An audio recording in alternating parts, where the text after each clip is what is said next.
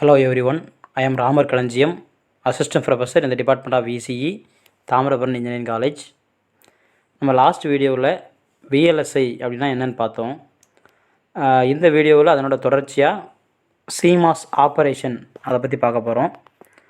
இந்த CMOS அப்படிங்கிறது அதனோட ஃபுல் ஃபார்ம் வந்து காம்ப்ளிமெண்ட்ரி மெட்டல் ஆக்சைடு செமிகண்டக்டர்.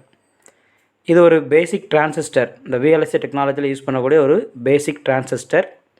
இந்த டிரான்சிஸ்டர் எப்படி இருக்கும் அப்படின்னா PMOSையும் NMOSையும் கம்பைன் பண்ணி வச்சுருப்பாங்க.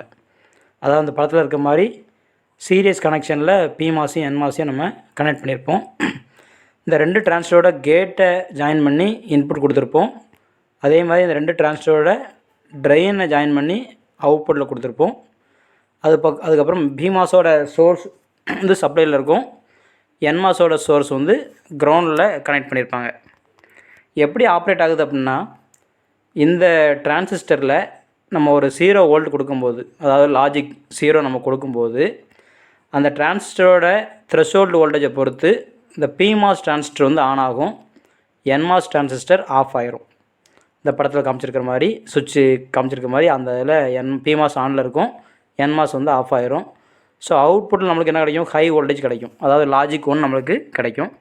அதே மாதிரி இன்புட்டில் 5 வோல்ட்டு, அதாவது லாஜிக் 1 நம்ம கொடுக்கும்போது PMOS வந்து ஆஃப் ஆயிரும், NMOS வந்து ஆன் ஆகும்.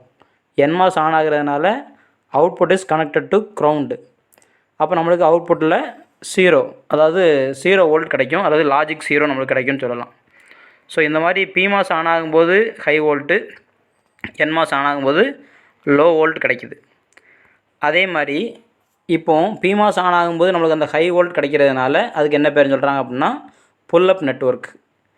NMOS ஆன் ஆகும்போது நம்மளுக்கு கிரவுண்ட் கிடைக்கிறதுனால அதுக்கு பேர் புல் டவுன் நெட்வொர்க்.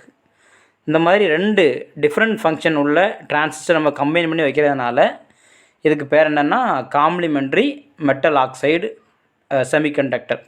இந்த டிரான்சிஸ்டர் தான் பேசிக் டிவைஸாக நம்ம இந்த VLSI டெக்னாலஜியில் யூஸ் பண்ணுறோம். தேங்க்யூ.